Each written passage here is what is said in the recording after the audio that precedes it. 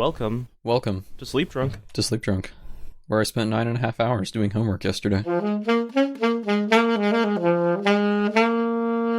That sounds fun. And also relevant No, it to wasn't. today's topic. As Yes, our actually, second part of the quite whole relevant. special series. Where we each kind of get a good block of time to do whatever we want. Last week was mine, and now it's Alex's. Yeah. So, rather ironically, that actually goes directly against my advice. However, I do have a reason. I'm not just an idiot.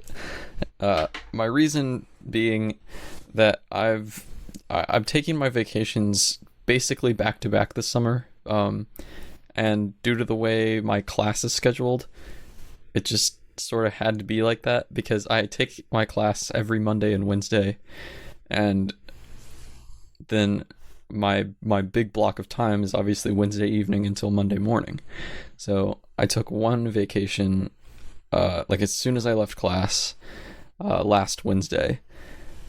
I just got in my car and drove to Ohio, and I got there, I don't know, a little bit before midnight. And then Monday morning I got up really early and drove back home, and basically had 5 to 10 minutes at home to like unload my car, use the restroom, and then drive to class. Oh god. So that was fun. And then as soon as I get out of class today, because we're recording on Wednesday the 24th, I'm going to be driving to, not Ohio, but about an hour and a half away. Okay. And yeah, that'll be fun. But I had to get all of my homework done, basically all of my homework done yesterday, so that I could have, so that I could be prepared for my exam, which is the following Monday. Oh wow, so you're gonna get it close then. Yeah. So on my special, I'd like to take two different parts. The first part, I'll be talking about how to study properly, because a lot of people like to go around telling you that you need to start studying 2 weeks in advance or dedicate your life to their class, and I just That's unreasonable. I feel like that's just unreasonable and setting you up for failure. I mean, quite if frankly, you can do that, sweet, cool, but you probably can't. yes, sweet. You're probably not that cool. I mean, that's all I'm I saying. can imagine in some semesters if you have like a super light class load, like the senior year, second semester, you have like one tough class, you could probably do that, maybe. But if you made the senior year, you don't need this advice. Nobody's got time for that. Yeah, if you made it to senior year already, you don't need this advice. We have lives. Come on now. Yeah. So basically, this is targeted towards college students, because that's what we are. And I have two different bits of advice for depending on what your professor's like, right? So there are really two kinds of professors in this world. There are the kinds of professors that believe that you need to do everything by yourself and don't give you any study material other than the lecture. And then there's the kind of professors that give you some study materials like homework and maybe even study guides for the exams. Now, for the ones that don't give you any study materials, the homework is just studying, you know? I feel like for the most part, like just doing the problems that they have. And this applies to STEM classes, because for non-STEM classes, quite frankly, you just don't need to study that much, like, in my experience. Okay. I think at advanced university levels, there are like advanced history classes can kick your right, but it's not like difficult to figure out a study routine. Like, yeah. I think nobody ever it's had much more like about writing papers and stuff. Nobody ever spent their lives studying for a non-STEM class in college. Yeah, I think that's reasonable to say. Although I'm sure we're gonna get a couple of like fringe case non-STEM majors that'll attack us, but we will take them when they come. Okay, here's the part where I cover our asses by saying that many majors are hard, and if you are struggling, that's totally fine. Like, I know law, people doing pre-law, and business can have it quite hard. And also, apologies for the different sound. It's 1:25 a.m. and I am 4 states away. Like I put later in the show notes, and I'm just going to say it now, if you are spending your life studying for a non-STEM class, you're probably wasting your time, or you're just bad. The question is, would you include economics as a non-STEM class? I've always seen it as in the middle. Yeah. No, because economics is very mathematically related. Yes, good. Because the amount of time I spent studying for econ. Yeah, no, economics is definitely what I would consider a STEM class. I don't know if everyone does, but I'm grouping that in STEM classes. Because at our university, it's part of the College of Humanities, which is I mean, which also makes sense, yeah, but like it's very much in the middle. It's like a semi-permeable membrane. It's a borderline one. It's a borderline case, but I'll include it. Yes, because it is something rigorous, and it has to have a lot of time dedicated to it. Yes. But like I was saying, for classes where the professor doesn't give you much study materials at all, the homework and studying is sort of one. And what you need to do, what your job is to make your own study guide, or pick out the problems that you think will be beneficial to you based on the material, right? So you have to take good notes, and then you use those notes to do what I just said. Yeah. And then once you get there, they'll probably have a textbook, because like all professors that do that have a textbook. I mean, how else would you teach? And you use the problems out of that textbook or the examples and solve those, but only the ones that you think will be difficult, rigorous and beneficial to you. Because if you do ones that are easy, you're not going to learn anything. And if you do ones that aren't related to the topic, then that obviously you're wasting your time. And you can't overwhelm yourself, right? And this is another piece of general advice. You need to expect to spend the amount of time that you do in class, like in the lecture. You also need to spend about that same amount of time studying and doing homework every week, which I don't think is that unreasonable. Yeah, because when you think about it, you're splitting it up over 7 days, right? Right. And that includes weekends. Yes, you will have to probably study over the weekends, especially if you're a STEM major. Yes.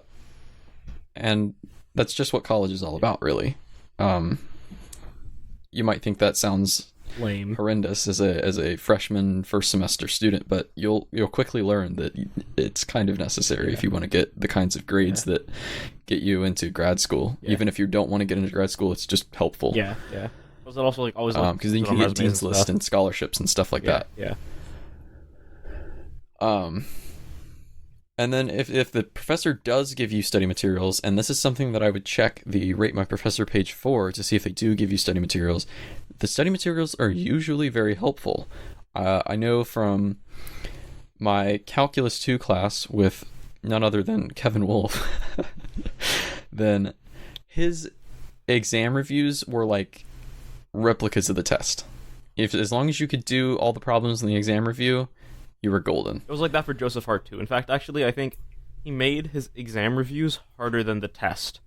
So if you could do well in the exam review, you're just like you're going to be fine on the test. Yeah, I think that was the way that Kevin Wolf did his. And then I had other classes like my ECE class, which stands for Electrical Computer Engineering. It was the Introductory 101 course. He gave us these homework assignments that were about 10 to 20 questions of just solving the problems. Just by doing those, that was a great way to study. And then other than that, looking over the lecture notes and stuff that he put online to study for exams, just a really easy and good way to study for the class. And my calc class that I'm in now, he has these online Lumen homework assignments through the Blackboard equivalent, which my community college uses, which is called Canvas. And just doing the Lumen problems, I found is more than enough to master the material. He also includes some homework problems from the text, but I haven't even looked at those, and I'm still holding a solid A+ in the class. So nice. I mean, I feel like that's pretty good, and just proof that my studying methods do work. And maybe it would be different if I was taking multiple classes with this one, but I don't know. But like I said, those other problems are there, and if you need them. And a great way to check your answers, especially for math courses, if the textbook or problems that you're assigned don't come with an answer key, because you got to check your answers, because what's the point of doing a problem and not knowing if you did it right? Yeah.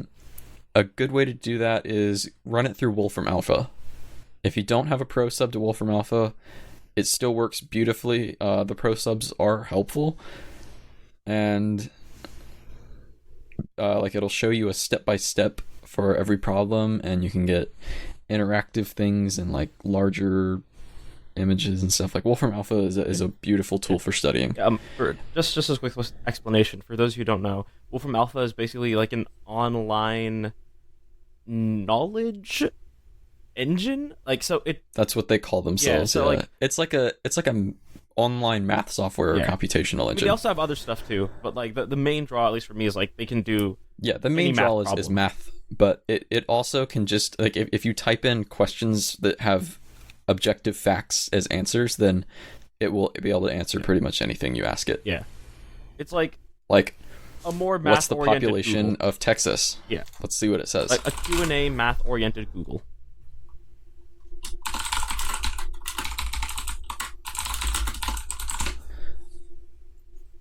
All right, I typed in what's the population of Texas, and it says 28.3 million people, according to a 2017 estimate.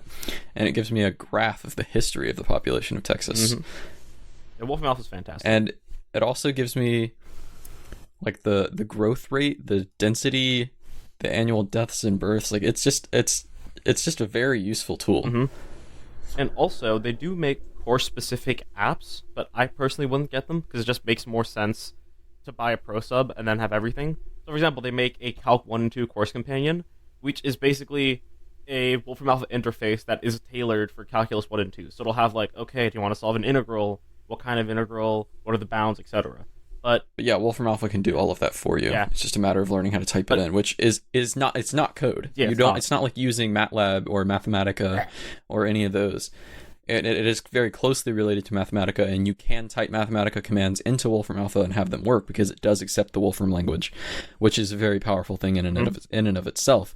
But you don't have to. You can just type plain English, like integrate this function, and it'll do just that. Yeah. So, but the Wolfram Core Companions, they're nice, but I'd recommend just, especially if you're getting an app, just buy the full app, and then you have everything. Definitely. Also, if you are cheap, the mobile app it's like $7, $6, something like that, to get full pro access, but you have to type it out on your phone. But if you have an Android, you can plug a keyboard into your phone, and then it's not that bad. Even if you have a iPad now, too. Oh, really? Yeah, iPad OS I wasn't aware of that. I also wasn't aware of their course things. Yeah, they do. And one thing I would actually stray away from, a lot of courses a lot of professors give you an option to buy the MyMathLab part of the textbook. Those are always garbage. Yeah. Any web-based or software-based extension of a textbook that's made by Pearson or any of those big publishers is absolutely 100% garbage 100% of the time. If you don't have to buy them, don't do it. I think when I bought my textbook, mine came with my MathLab sub, and I used it maybe once, and then never touched it again. It's just a waste of time. It's really buggy, and it's really clunky and not very helpful to the student. Yeah, basically, like my MathLab, it's like a textbook-specific problem generator / like homework interface. So some professors will assign homework through my MathLab, and then you'll just kind of have to do it. Yeah, and then you have to do it, and then you have to buy my MathLab. But the publisher companies are just money hungry. They have no incentive to make their software any good. They're just trying to sell it to the professor. Yeah, it's not great. So don't use those. Let's see what else.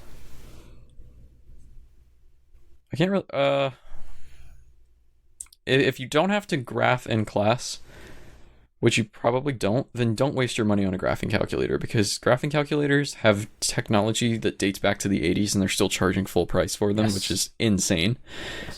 So if you can get away with it, just use Desmos or Wolfram Alpha or online tools that are free to graph functions that you need to see while you're, working on them at home to better understand them.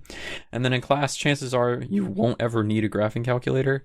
So definitely do yourself a favor and invest in a scientific calculator. I recommend, and as much as I hate to say it, I feel like the Texas Instruments TI-30X2 is just a good solid calculator that is impossible to beat up and will always be there for you when you need it.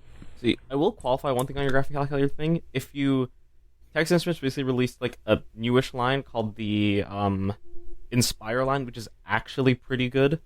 Like, my high school recently switched to them, and I didn't use them. I used an 84 because that's what I knew and that's what I had.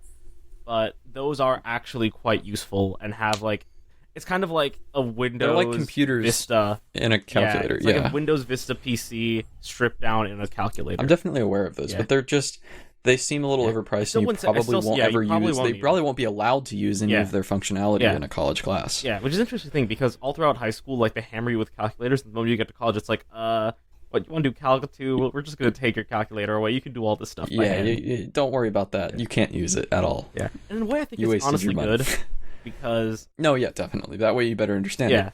Because I feel like the reason why calculators are such a heavily integrated part into the high school learning environment is simply just because the companies that make them, namely Texas Instruments, have just rammed it down their throats and sold it to them so hard that they believe that they need it, but they really don't. There's no excuse for that. Especially because I think they also sell like lab equipment, and so there'll be some instances where like a science class might actually need some Texas Instruments lab equipment. They'll be like, oh hey, buy like 80 billion calculators with it, and then force your students to use outdated 80s calculators that cost like $100.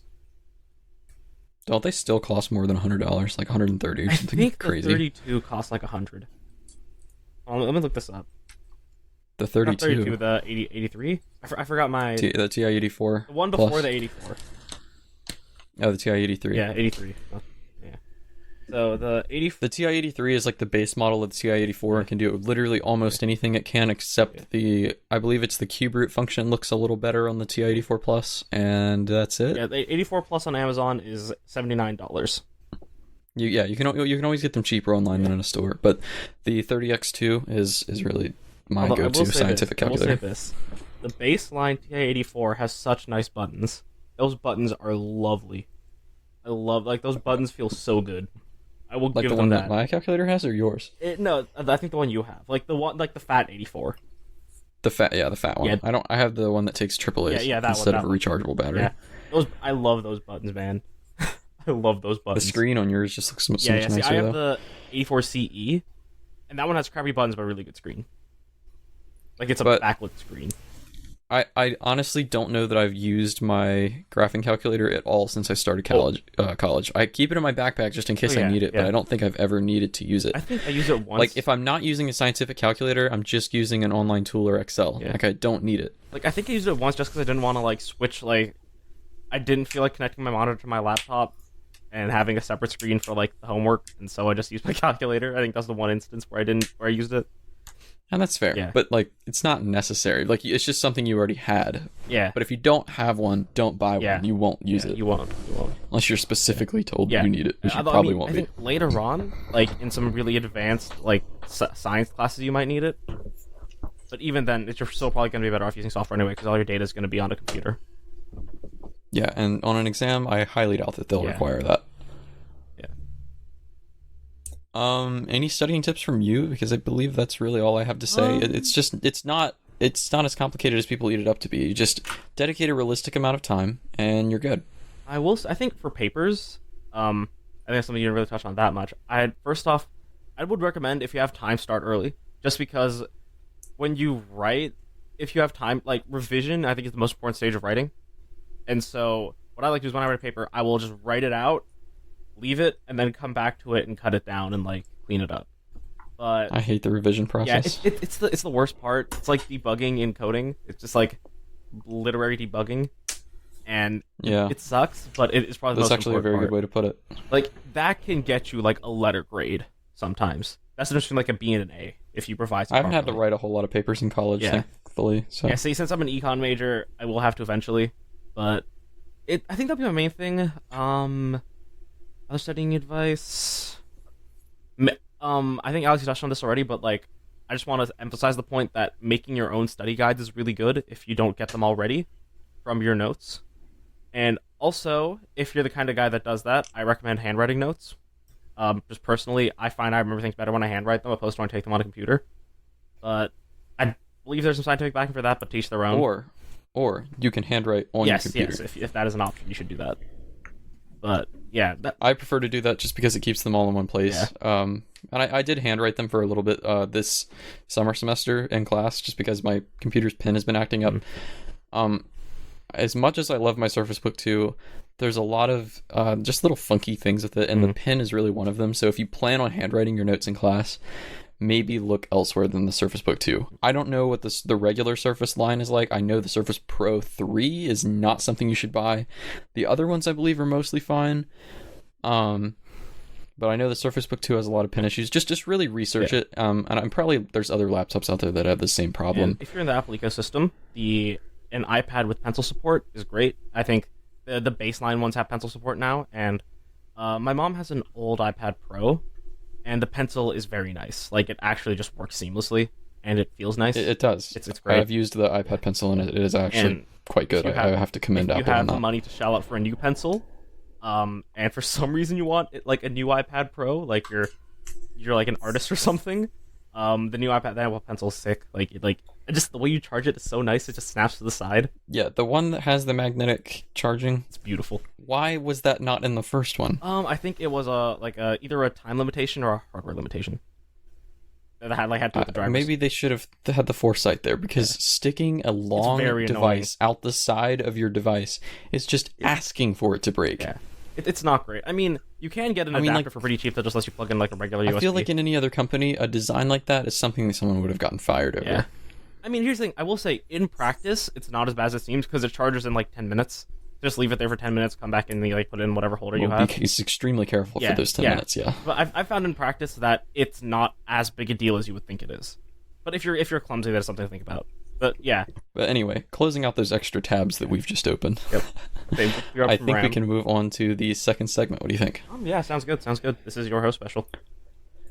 Yeah, so my second segment is some just general tech maintenance tips. And I have a few different categories here based on what you believe your experience level is, right? I'm going to start with the beginners, just because I feel like this applies to everyone, not just beginners, it's just beginners and up, which is everyone. So, first of all, I just want to crush that little bubble there. Antivirus software is a huge scam. Oh, absolutely. And if you're on anything other than a Windows device, I honestly wouldn't even worry about using it at all, because yes, your Mac can get viruses. Yes, your Linux PC can get viruses, but it probably won't, due to the fact that a huge market share of computers that people would want to hack or want to, infect are running Windows. So there's just not the market for viruses out there. Not as much. There's not as much supply on that. I can't say I've ever come across a one for Linux or Mac. Yeah. Like, not that they don't exist. But it's just not the demand isn't there. I like tinkering a lot and messing around with software, and so I have gotten like one on my Mac. But I got rid of it quickly using, Alex, you want to say what software? The best antivirus software? So if you do have a Windows PC, or I guess you can use it on your Mac too, I would highly recommend Malwarebytes, because it's not your typical antivirus software that just checks against a database. It's an actual app that like analyzes the behavior of applications, and it's just something that everyone should have on their computer. And we're not sponsored. Absolutely not. I'm just saying this. The free version is good enough for almost all people, right? The free version does everything that you would ever need the software to do, and I do actually have it. I have the paid version for people that just really can't be asked to hit the scan button every week or day or whatever you want to scan your computer, because I just don't want to fool with it, right? I just want it to run in the background and do its thing and take shit off my computer. Malwarebytes. Also, the good thing is that it's very lightweight. Like, for a novice, this might not make sense, but like certain software can be quite bulky and slow down your computer. Like Norton and McAfee are both they're super bulky. The database updates and the scan time that they take, like Malwarebytes, especially if you have an SSD, which you should. 2019. The scan times are so small, and yes, it does take up a lot of processor time while it's running, and by processor time, I mean just like usage. Yeah. While it's running, once it's done, you're done. Yeah. And that's my one gripe with the paid version, is that the makeup scanning is kind of clunky. Like, it just decides that it wants to make up scanning right when you're using it. Sometimes if you had it off while it was supposed to scan, but you can just cancel it and then have it resume later. And that's fine. And I've really not had any viruses while I've used Malwarebytes. Yeah, anything that's been debilitating to my computer. Yeah, Malwarebytes it's great. It's all you need. I mean, I think you mentioned on a previous episode that if you need something more heavy duty, Avast is an option. But yeah, like if you're one of those people that's just like, you actually have no clue what you're doing, you probably know who you are. Like, you could get a virus from an email link because you're just that ill-prepared. Avast, it's probably the least clunky and best. It has the best database, but don't really. Yeah. I mean, just like steer clear for the most part of regular antivirus software. And the only reason why I recommend Avast is because they do have a free version that's pretty much just as good. Yeah. I mean, I will say that sometimes I do like to click on those links in a separate client just because it's fun. Definitely. If I can open up a Linux virtual machine or send it to a Mac or something, those links are wonderful to see what they have. I'll just open up like my email client on my phone and go to just spam for comedic value. Oh, hey, some Cambodian person wants to marry me. All right. And then you click the link and you get nearbysluts.net. Yes, or your bank account empties out because there's a prince somewhere. I once got an email from President Donald Trump. Doland. Yep. No, it was his wife Melania on behalf of him. Right. Melania on behalf of Doland Trump. Yeah. So he was saying that I want some money, for my service to the nation as a podcast. He just wants a small loan of $1 million. Yeah. So I just had to give him like a routing number. So those are always fun. We should do an episode on that. I think that's been on the chopping block. Honestly, yeah. We've been talking about sharing our spam folder goodness for quite a while. Then. I haven't gotten anything since we came up with that idea, other than that one that I saved. I get a lot because my main email account is very old, and so when I was younger, I put it into some sites, and those sites have been giving me... You know what I should do? I haven't thought about this. I need to go check my Hotmail account that I made in 2008. I bet there's some goodies in there. See, I kind of feel like making a dummy account and then just kind of putting it on a bunch of very signing sketchy up for sites. as many like those stupid survey sites as you can. Yes. Oh god. That's an episode right there. Get ready for that in the coming weeks. Oh my god, write that down somewhere. That is a wonderful idea. Yep. I will. While you continue, I'll use my phone to type it into the ideas doc. All right. And another thing, a lot of people have this misconception that your hard drive space is somehow linked to your computer's performance, and that is almost always never the case. So unless your hard drive is so full that your computer struggles to like find a little gap to write data and can't write some data onto it, you're fine. Do keep your hard drive mostly clean and clean up the BS out of your computer that you don't want. But for the most part, it's not something you have to stress over to keep your computer running fast. It just doesn't have any effect. And then lastly, for the beginners, for the love of God, don't use Internet Explorer. Yes. It's susceptible to so many loopholes, and it's so slow, and just God, unless there's some like god-awful web app that you have to use or some software that requires that you use Internet Explorer, don't. Yeah. Just don't. Like that stupid Volvo software that I was talking about an episode or two ago. Yeah. That stuff requires that it runs through Internet Explorer, and it just hurts to use it. Yeah. I mean, what if you want to play Flash games on a really sketchy site in Internet Explorer, Alex? You use Firefox. Don't like Firefox. If you need a 64-bit browser, Firefox is the way to go. Yeah. Now, for almost everything, I'd recommend Chrome, but some people are all anti-Google. In that case, use Chromium, which is like an open source thing that's is made by Google, but doesn't have any of the Google affiliation that Chrome does, or some Chromium derivative, because they're just fast. Yeah. Like Edge uses Chromium, believe it or not, really? Fellas. I mean, I know Opera is used by some people, and I've used a little bit. It's okay. I'm not a huge fan personally, but it's there. Yeah, I've tried it. It's okay. I like Chrome because Chrome's it has a huge extension market. It's very secure, frequently updated, and has tab sharing. Yes. And like web history, because like I can access my history from other devices all in one place. Yeah. Although I will say, if you are on macOS or iOS, Safari is... I personally actually quite like it on iOS. I prefer it to Chrome, just because I feel like I like the way it runs and the way it lays out on the device better, but it's very much a personal thing. Like, Chrome works beautifully on iOS. That's one of the reasons why I couldn't stand using iOS when I had it for a little bit, because Safari just wants to take over, and there's no way to change your default browser, or at least there wasn't. There is now. Like, they've made it a lot more optional, and Safari has gotten a lot better. I quite like it. But it's very much a personal preference thing. And then I feel like Safari, at least back in the day, Safari for macOS was just the Internet Explorer. They recently updated it quite a lot, and it's a lot better.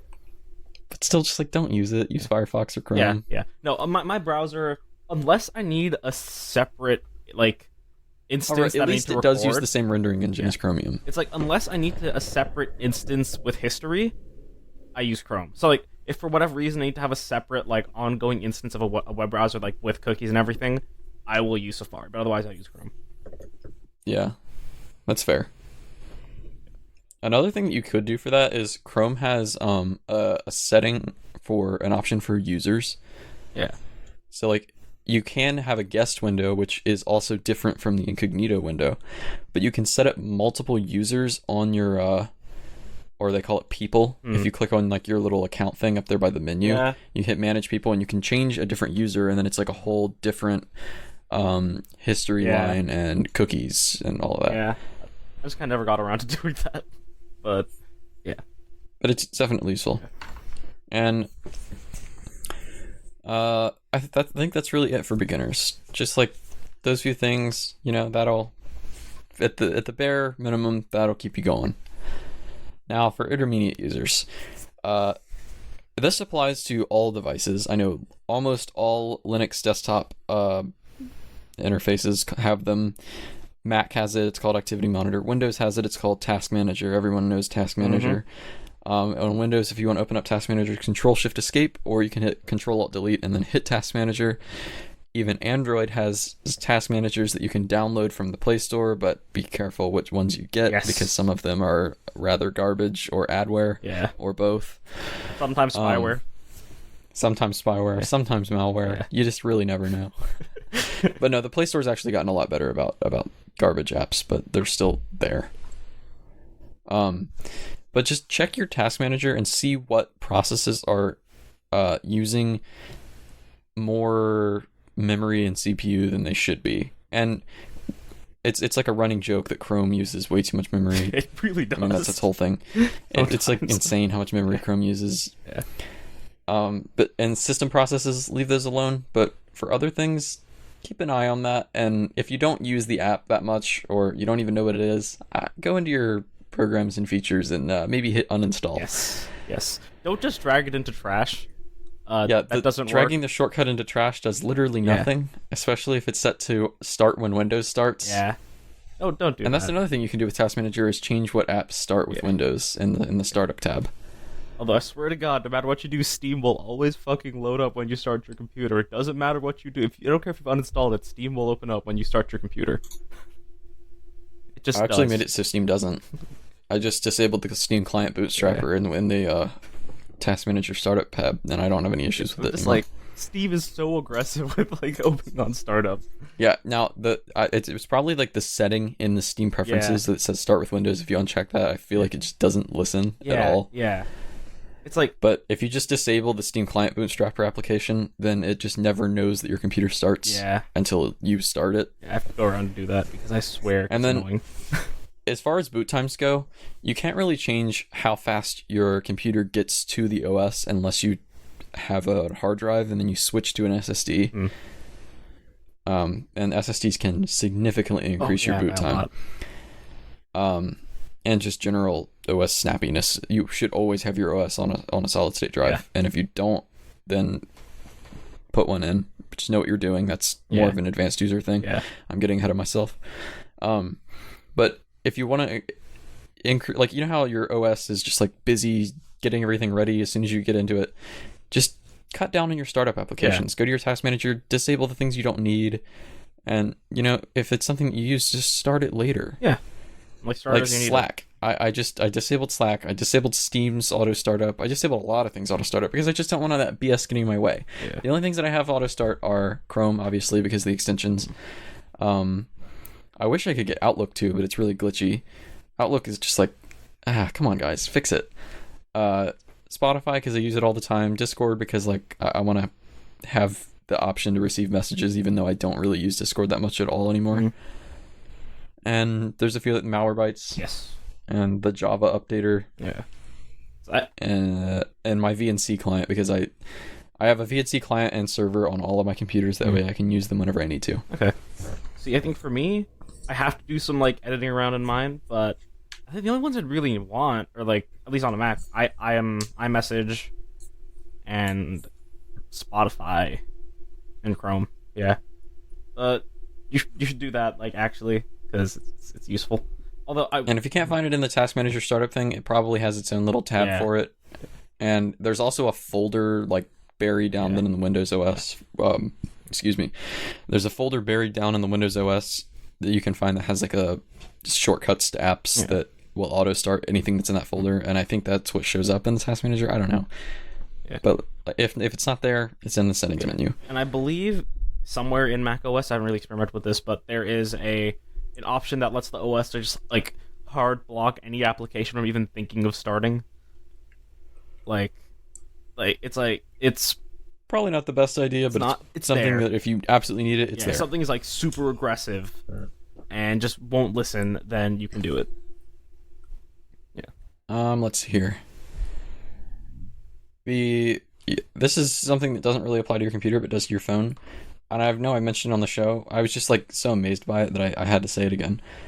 If you have issues getting things to stay in the port on your phone, they could just be completely jammed full of lint. Yeah. So be careful, and I'd recommend using something that's made of plastic, even though I didn't. I didn't really have anything. I used a lockpick because, you know me. Speaking of which, I got some new high quality ones from Sparrows that are very nice. But I just used a lockpick and dug down in the port, and I pulled out more lint than I would even have believed would fit inside the port at all. You can also use a toothpick if you have one at hand. Those are a little too thick. I found that, at least with my Lightning port, I can get a good way in and get out. So at least some of the stuff on the outside. With USB-C and especially micro USB, that's definitely going to be too thick. With micro USB, that'll be pretty small. Yeah. And USB-C is actually rather tight. Yeah, because it has that little thing in the middle. Oh, it does have a thing in the middle, you're right. Yeah. I think that's really it for intermediate users. I'm sure I could come up with stuff all day, but this is just the things that came to mind. If you have any suggestions, make sure to send us something on Twitter, Instagram, or over email. Absolutely. And we can mention it on a future episode. Yeah, we can do it. Volume 2. But moving on to, last but not least, actually especially the advanced users. I have 4 points here, more than any of the other ones. My first one being, if you have a desktop PC, and if you have a laptop that's user serviceable, namely Lenovo ThinkPads, like, oh my god, I miss my ThinkPad so much only for its serviceability. Like, you could find service guides on their website, and it's so easy to take apart that a child could do it. Also, if you're Epic, I think 2016 back Alienware laptops, if you are an Epic gamer, those are user serviceable as well. I know from experience. I mean, yeah, it's actually rather hard to screw stuff up. Just know about static discharge. Yes, actually, and be very careful. You're mostly fine. But like I was saying, if you have a desktop or user serviceable laptop, just crack them open every now and then and give them some air. Get that dust out of there. But don't use a vacuum cleaner because they have a tendency to create static. Yes. And also, make sure you use an air compressor, or if you don't have an air compressor, then canned air. Yeah. And if you have an air compressor, careful with the pressure. Yes. Don't use too much. Yeah. Just enough. And then if you have things that are really cruddy, that like it's like stuck to it, use some very high percentage alcohol, isopropanol, to clean that off. Yeah. And I will say, actually, as someone who didn't do this until... So I got my Alienware laptop a while ago, but I think the first time I cracked it open and cleaned out the dust, it just kind of let out a cloud of dust, and it had a very noticeable improvement on performance. Like, it actually did because matter. It just like it clogs up your heat sinks and doesn't allow it to dissipate heat, so it starts thermal throttling. Yes. That's generally the ramifications there. I mean, see, now my laptop always thermal throttles because it's but I don't care if it's in like the Arctic thermal throttle, but yes, you should really dust it. And also, it's in a way, it's kind of fun. Just like see how much dust you have in there, see how big a cloud you can get. Just see how much it accumulates. It's like vaping without the nicotine addiction. Not at all. And yeah. All right. So sort of on the same channel. I'll actually move to 344 if you're reading along, Alavi. Always user service your device if it's something that's like easy. Like I was over booling with the boys. I still had my ThinkPad, and one of the boys went and spilled a mixed drink consisting of mostly cream soda on my laptop, and then I had some nice sticky keys on my keyboard, and my mouse pad was a little screwy with the buttons, which was really frustrating. But thankfully the laptop had a waterproof backed keyboard, and as far as the trackpad goes, it didn't really get that much into the trackpad. It was mostly just the left side of the keyboard. I was able to easily just remove the keyboard, buy a new one online, and of course the guy that did it paid for it. Thanks Ryan. The keyboard, I could just replace it and plug a new one in. It was very easy to find a new one online that was exactly the same just by using the model number. And for the trackpad, that was a little more of an ordeal. So, and this probably doesn't, like most computers, you can probably just look up the model number and find a replacement, like of the part, not the computer. And if you can't find one on the part, then the one on the computer plus what the part is. But I couldn't find a trackpad that had multi-touch support for that laptop. Like, it just wasn't possible. So all of my little gestures that I was used to just didn't work, and two-finger scrolling wouldn't work. So what I ended up doing is Frankensteining together a trackpad consisting of half parts from one on eBay and half parts from the one that I had. So I used the button, like the buttons and the membrane little bits from the actual clickers from the one on eBay, and then I used the circuit board and the actual like surface of the trackpad from the old one, and then pieced it together using, I forget which one's ribbon cable and metal body, which had been soaked in alcohol just to try to fix it already, and then just like screwed that all together, and now it worked beautifully. And then I ended up selling that one to someone. I feel like that's more of a like hyper advanced tip, but yeah, that's I mean, not necessarily, because it wasn't something hard, and it's not something that you can necessarily damage your computer any worse with. That's fair. It's like, why not? And then if your phone or laptop screen is broken, just replace it yourself, honestly. If you have the tools to do it, which aren't that hard to come by, and a lot of replacement screens I know for iPhones come with the special Apple like security screws. Yeah. I've replaced several iPhone screens. You can just buy a replacement screen on Amazon for around $25, and it's gonna be perfectly fine. Whereas you'd bring that to a repair shop and maybe pay $150. Yeah. Like it's just such a scam. And then, well, I will say, you might not want to if you have a phone with wireless charging and you like crack the back. I personally wouldn't try replacing the wireless charging coils because I don't want to fuck around with the battery, but that is an option. Well, that's what I was gonna say. You can replace your battery, but I mean that should be fine. Yeah, it's not like they're directly hooked up to the battery. Yeah. It's like a magnetic field like it's an inverse inductor. Yeah, I know. But I'm just saying, like, I mean, I might be thinking of something else. Yeah, I think you're thinking of capacitors. Yeah, I'm thinking of capacitors. But capacitors in your phone are they're just going to be little tiny surface mount things that you can't hurt yourself with. Now, don't open a power supply. Yes. Never open a power supply. You can die. Yes.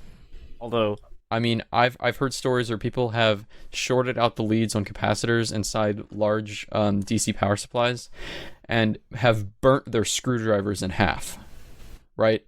Something that can burn a metal screwdriver in half can easily kill you. Yes. Don't touch them. Yes. Leave them to professionals. Now, there's other things like batteries. I've opened up a MacBook and replaced the battery. That's easy shit. I mean, you do that all day long. And then I had a laptop screen.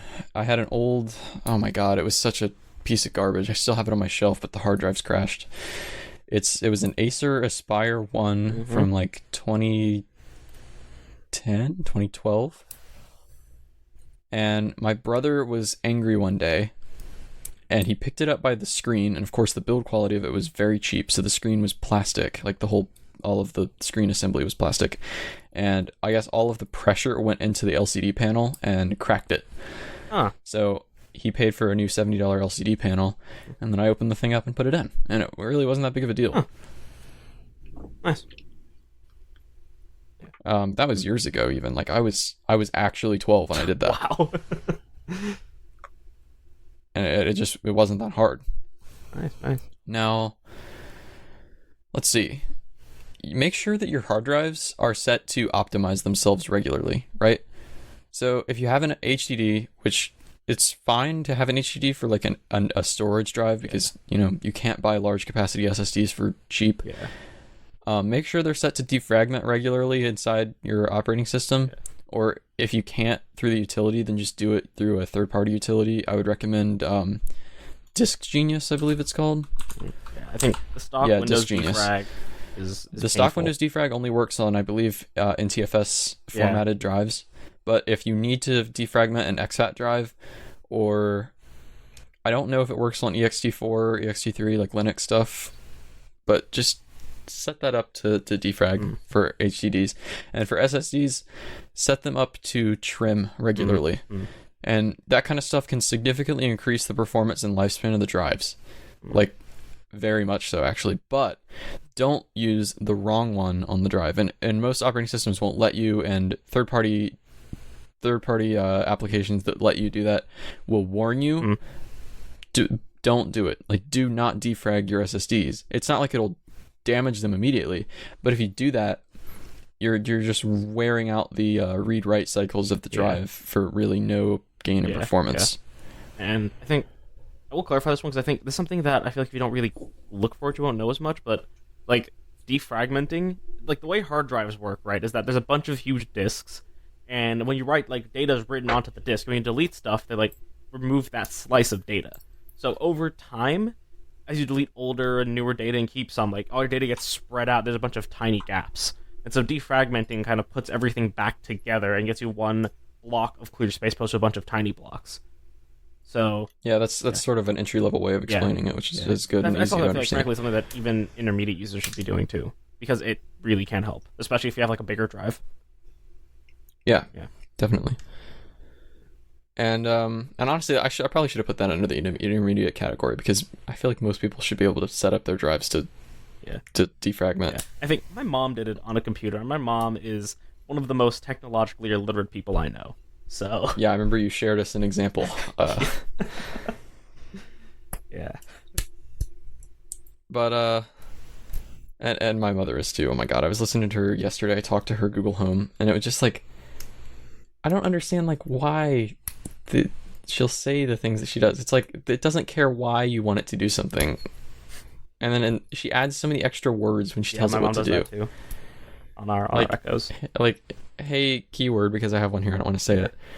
Turn your volume up so that I can hear you better or something. It's like, what? Why? Why would you say that? Just say volume up. See, I feel like it's because a lot of smart speakers are optimized for like to see more human, so that people aren't freaked out by them.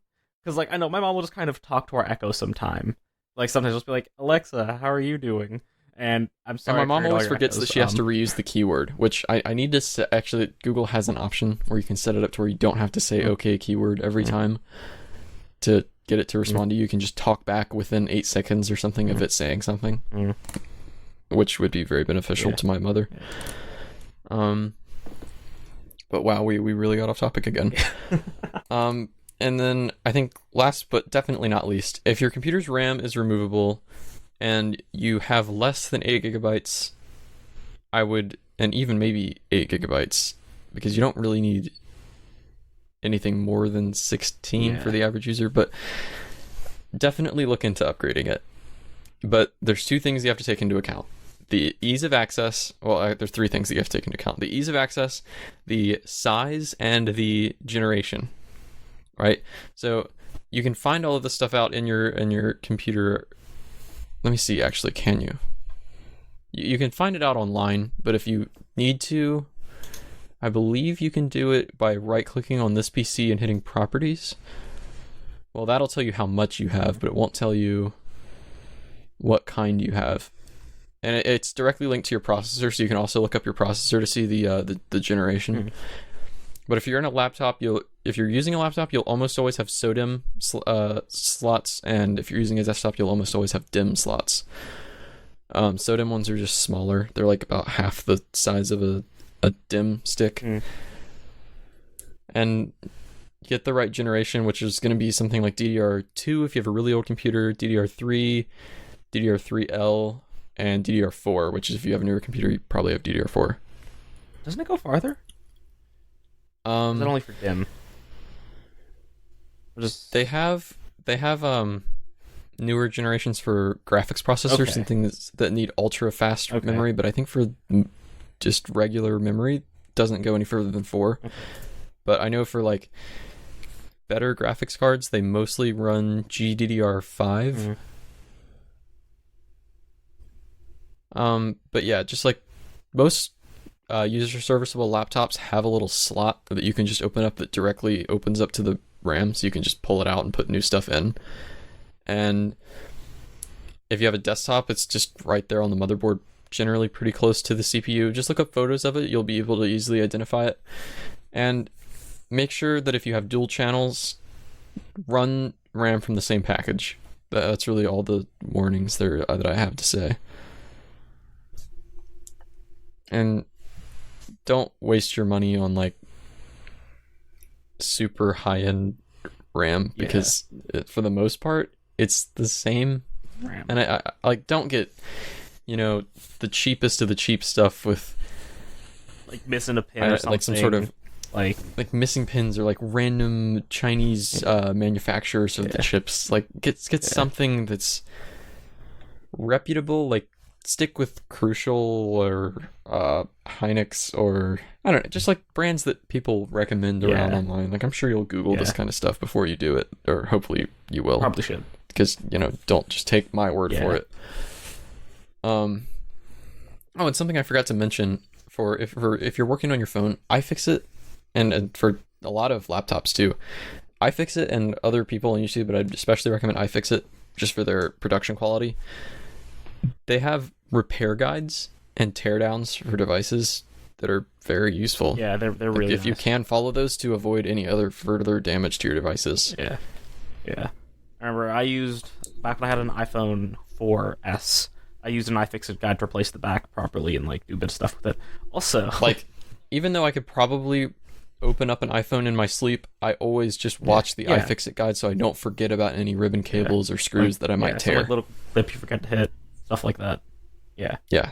And I mean, I will say, when you're buying parts, especially for an iPhone, especially if your case has a cutout in the back for the Apple logo, make sure the parts are OEM, so that the Apple logo isn't offset and people think you have a fake phone.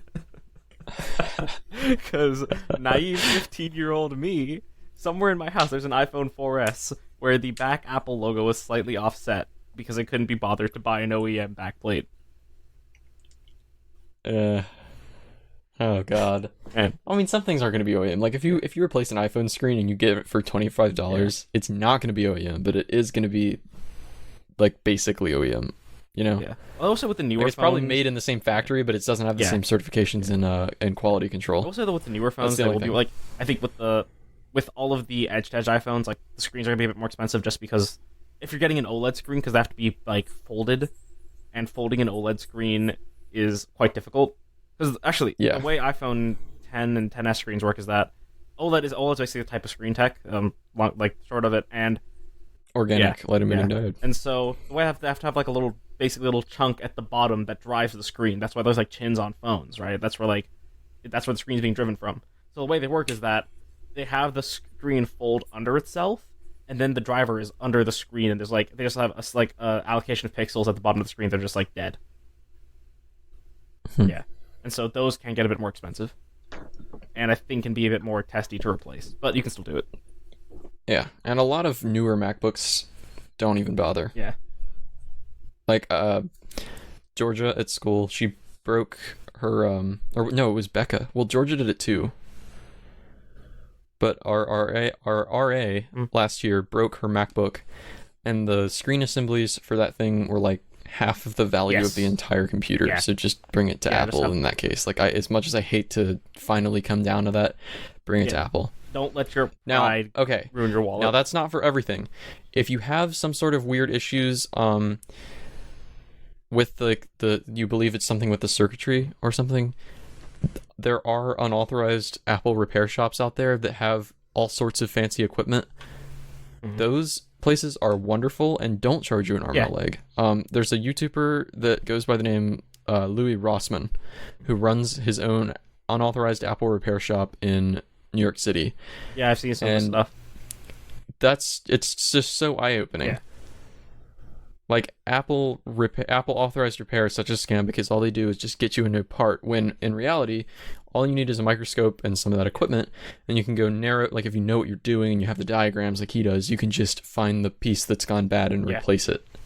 Because there are things that in some Apple laptops are just prone to going bad. Yeah, like certain chips and stuff. And I think that's really all of my advice. And I'm actually proud of myself for both coming up with enough stuff to fill this entire time, because I'm not a content writer for this show hardly ever. And also getting it so exact. Here we are, almost at an hour. I will tack on one last bit of advice. If the Apple Store near you is cool and you're having some software issues, sometimes you can go in, and if it's a low traffic time, they'll do it for free because some of the people there are cool. The Genius Bar. Yeah. So if they're cool, you might be able to do that, but do that at your own risk. And also, you can sometimes finagle around the warranties in AppleCare. I know I did that with my Mac Mini when I had issues with the Wi-Fi chip was being unstable. I had them look at it, and I don't think I ever paid anything because I just would kind of skirt around that with any of the phone prompts and stuff. And they don't, if it's something that bad, they don't want that reputation on their name, so they'll sometimes be willing to do it for free. Now, don't be dicks to them. Just sort of casually skirt around it like I did. Don't upfront be like, I'm not paying that or something. Just see what it is. Operate at the edge of the box. Don't go outside the box. People say think outside the box. Don't think outside the box, but operate at the edge. Just bore around inside the corrugated cardboard. Yeah, just kind of give it a little push, but don't rip through. Yeah, because if you rip through, then you might as well change your name to Karen and cut your hair short. Yes. So thank you for listening to this episode of Sleep Drunk. Make sure to share the show with friends and family or whoever would enjoy. Or maybe even, like we said, your D-tier and above drug dealers. Yes. Maybe the guy at the Genius coworkers. Bar. Maybe the guy at the Genius Bar. Tell him. Yeah, tell him we're talking about him. Yeah. Yeah. Good things, all good things, And always remember that the Sleep Drunk podcast can be found on all of them, your favorite podcasting platforms. That includes Apple Podcasts, right? Google Podcast. Along with that, Google Play, which are for some reason two different things. I don't know why. Ask Google. Spotify. We're there. Stitcher. We're on it. YouTube. Sometimes we remember to publish them. And even more. Even more. And we'll catch you next week. We will catch you next week.